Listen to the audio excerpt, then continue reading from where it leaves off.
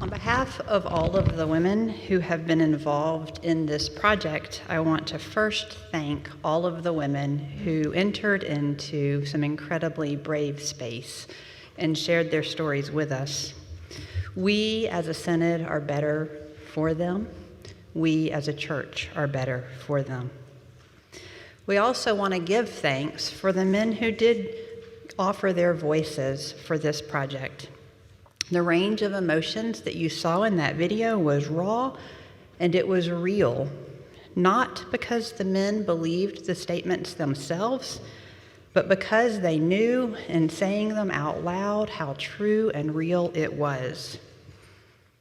And admittedly, those of us involved, the women, raged a little. In fact, we still do.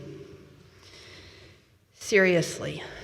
Yes, these are things that were said not in 1970 when women's ordination was first allowed by the ELCA's predecessor bodies, but in the past year, the past month, the past week, and I bet in the past day. And not just by pastors, but by people in all walks of life. I've spent the last 3 years doing research for a book for women in ministry for the 50th anniversary of women's ordination. And I can tell you, after interviewing 85 female pastors and 10 bishops from Washington, D.C., all the way through the Southeast to Texas and everywhere in between, that everything you just heard is among the mildest and the most everyday comments that are made. We left out anything that would be potentially identifying of anyone. This is just the everyday reality of women in our church.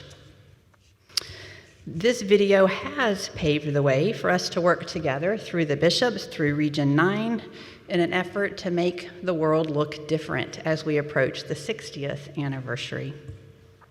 We are working together, we are better together, and we're working together in large part made possible through a grant from Churchwide on 5 key areas of transformation for the church.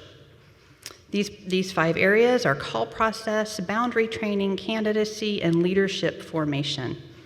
And while we providing practical support for women in ministry. And throughout our work, we will continue to name and engage allies, including our bishops, our male colleagues, and our Synod councils. A small group discussion guide has been created to go along with the Seriously video, and I'd like to now take some time for you to think through some of these questions at your tables. I believe it will magically appear now. I don't have magic power, but I think it magically appears.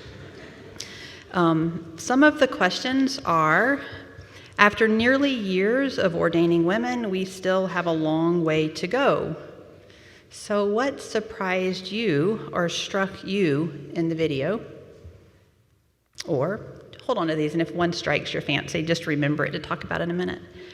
Have you witnessed any of such comments as these being said to female leaders? Or if you are a female leader at your table, have you experienced them yourself? Which statistic surprised you more, that 6 women are in the top 50 earners, or that 75 are in the bottom 100, and why? And how can you help expand the imagination of your congregation with regard to pastoral leadership? In what ways are you championing the gifts of young women in your congregation?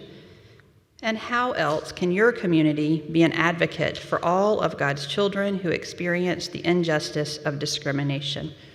Now, we know we don't have time to discuss all of these right now, but we would ask that if you take just a few minutes at your tables and talk about it. What struck you? Which of these questions seems most interesting to you?